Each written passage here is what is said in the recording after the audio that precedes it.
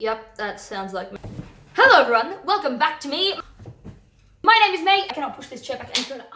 Who set up the... Oh, me, that's right. Today we are doing one of the videos that I hate to love, that I love to hate. This is an incredibly angsty video because it's the worst books that I read in 2020, and I don't really tend to push through to the end of books if I'm not particularly enjoying them because I read super slowly and I'll probably just forget about you if I don't like you. So the fact that I have about 6, maybe 7, I might not mention the 7th, on this list kind of just shows that, wowzers, I had some dedication and I thought it was worth a rant. Either that, or I had an incredible respect for the author and decided I would push through because I thought it would be worth it. Stop looking at me. If you haven't seen my best books that I read in 2020, that video was right before this one, and that was a lot of fun. But now, there's nothing quite like closing it off. To convince myself to do this video, I have decided to change hats every book, and I did pinch a lot of hats from all around the house, including pinching one from Buck, our skeleton. He was very compliant and let me take his hat, and that was really nice of him. Let's do this in the first hat. First on this list is Lady Midnight, and we're gonna wear this stupid hat that I pinched from next to Buck, and I think it's probably from like the 30s, but you know, whatever. We're just working with what we've got. Lady Midnight by Cassandra Clare, I gave 3 stars, and I read this near the beginning of the year,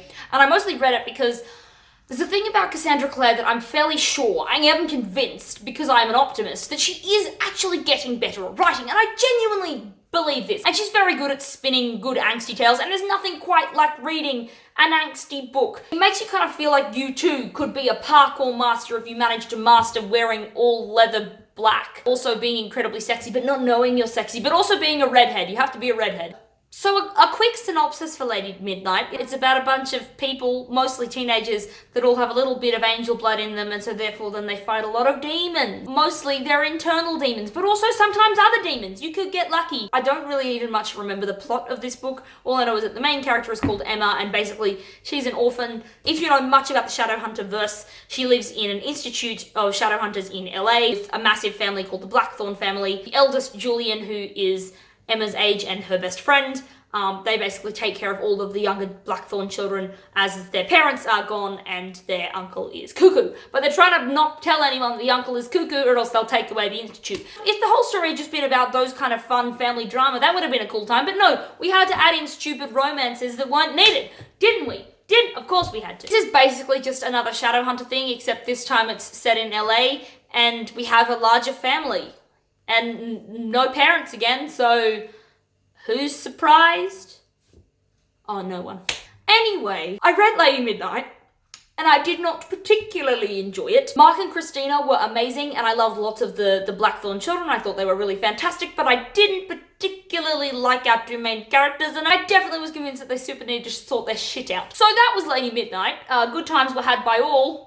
So for the next hat, we're gonna wear this Safari Explorer one because this is for Crescent City by Sarah J. Maas, because we thought we were detective explorers who were doing fun things, but really we just looked stupid. I decided that I would still give Crescent City 3 stars, mostly because the world building was really, really cool. I loved the world building in Crescent City. I actually had an entire video filmed for this, and somewhere along the line, someone deleted it all from my computer. I'm very annoyed about it, and the person who deleted it was definitely me. What to say about this book? The entire book basically just felt like a sitcom, and most of the middle of it wasn't needed. It was 800 pages of a lot of people fawning over each other. And look, I will admit, I'm very surprised. I did not know there were so many ways you could describe how much you are jonesing for someone, like what this book managed to demonstrate. While making my vlogs, I did manage to coin a new term for myself, which was jonesing, because that was the only word I could properly try to use to correctly articulate the feelings that I had towards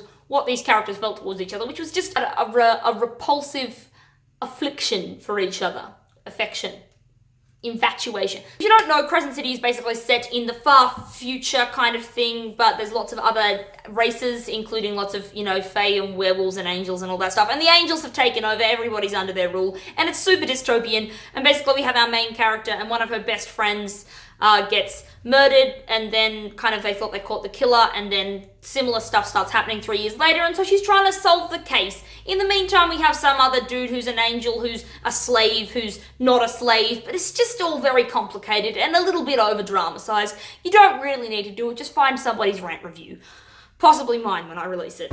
For the next one, we're wearing a plastic hat because that's how this play made me feel. This is Tennessee Williams' Glass Menagerie. Technically Technically, the worst one, which I gave 1 star to, and this hat doesn't really even fit. Why has it got a block of foam at the back? Okie dokie, so, The Glass Menagerie. This play had a cast of 4 characters, one only coming in at the very, very end, and it's basically set entirely within this house, as this mother and brother try to marry off the daughter or try to find her a male suitor. It has a lot of what it is to grow up and become a person and to have dreams and what it was like, especially in the Depression and things like that. And so it had a lot of themes that were very interesting, but I just didn't think it hit any of them very well. The writing was beautiful. The stage direction to this play, though, like in the notes, was pure comedy. That was just amazing. Like, it literally was describing what the type of person was who was playing the jazz in the background, like the type of person they would be. So why did they spend so much? I don't know. If I was directing this show, you don't need any more pointers. It's telling you what it's meant to look like. I just don't like what it looks like. I don't know why. I seem to expect a lot out of plays. Like, I bashed on Two Gentlemen of Verona last year as well, so that was Tennessee Williams. I'm currently reading A Streetcar Named Desire, so apparently I'm not totally off him just yet. The next one is The Unspoken Name by A.J. Larkwood. And this was actually a book I was super anticipating coming out, and I read it for a book club and I bloody hated it, mate. This story is about someone who is meant to be sacrificed to her god, and then right before she's going to be sacrificed to her god, some wizard guy turns up. He's like, why don't you come with me and help me save a different world thingo? And so she just abandons her god and goes with this wizard. Anyway, this book was just so anticlimactically annoying at the end. I just cannot describe it. Our entire book club just ranted. I did not enjoy this. This book did raise a few questions for me, like thought-wise, in the fact that our main character is actually an orc. So that then threw me down into a massive rabbit hole of thinking about how much does a character need to be anthropomorphized for us to be able to feel like we can connect with it. That was a massive discussion, which I would actually love to have at some point. A.J. Larkwood, as far as I know, this was your debut novel, so please just get better. I believe in you and I think you can. It had an interesting discussion in my brain about anthropomorphization, and the world building was great, but apart from that, it didn't really have anything else, and it kind of just made me want to pull my eyeballs out.